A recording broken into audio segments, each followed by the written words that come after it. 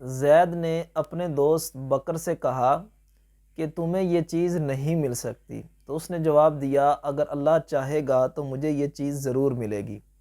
تو اس کے دوست زید نے کہا کہ ہر کام معاذ اللہ اللہ کی مرضی سے نہیں ہوتا۔ مطلب یہ کہ اگر کوئی بندہ یہ کہتا ہے کہ ہر کام اللہ کی مرضی سے نہیں ہوتا تو آیا ایسا کہنا درست ہے یا نہیں؟ تو یہ بات ذہن نشین رکھیں کہ دنیا کائنات کے اندر کوئی بھی کام اللہ رب العالمین کے حکم کے بغیر نہیں ہوتا۔ جو رب چاہتا ہے وہی ہوتا ہے، چاہے چھوٹا کام ہے، بڑا کام ہے، جیسا بھی کام ہے، اللہ رب العالمین کی مشیت اور حکم کے بغیر نہیں ہوتا۔ قرآن پاک کے اندر اللہ رب العالمین ارشاد فرماتا ہے وَمَا تَشَاءُونَ إِلَّا أَن يَشَاءَ اللَّهُ رَبُّ العالمین۔ اس کا مفہوم یہ ہے کہ تمہارے چاہنے سے کچھ نہیں ہوتا مگر جو سارے جہانوں کا رب چاہتا ہے وہی ہوتا ہے۔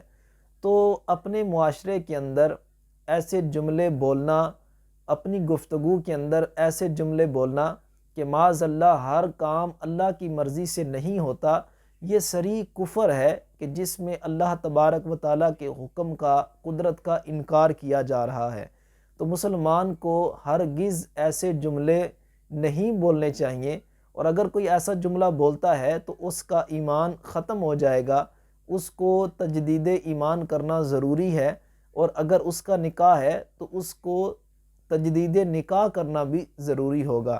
اللہ پاک ہمیں اسلام کے مطابق زندگی بسر کرنے کی توفیق عطا فرمائے۔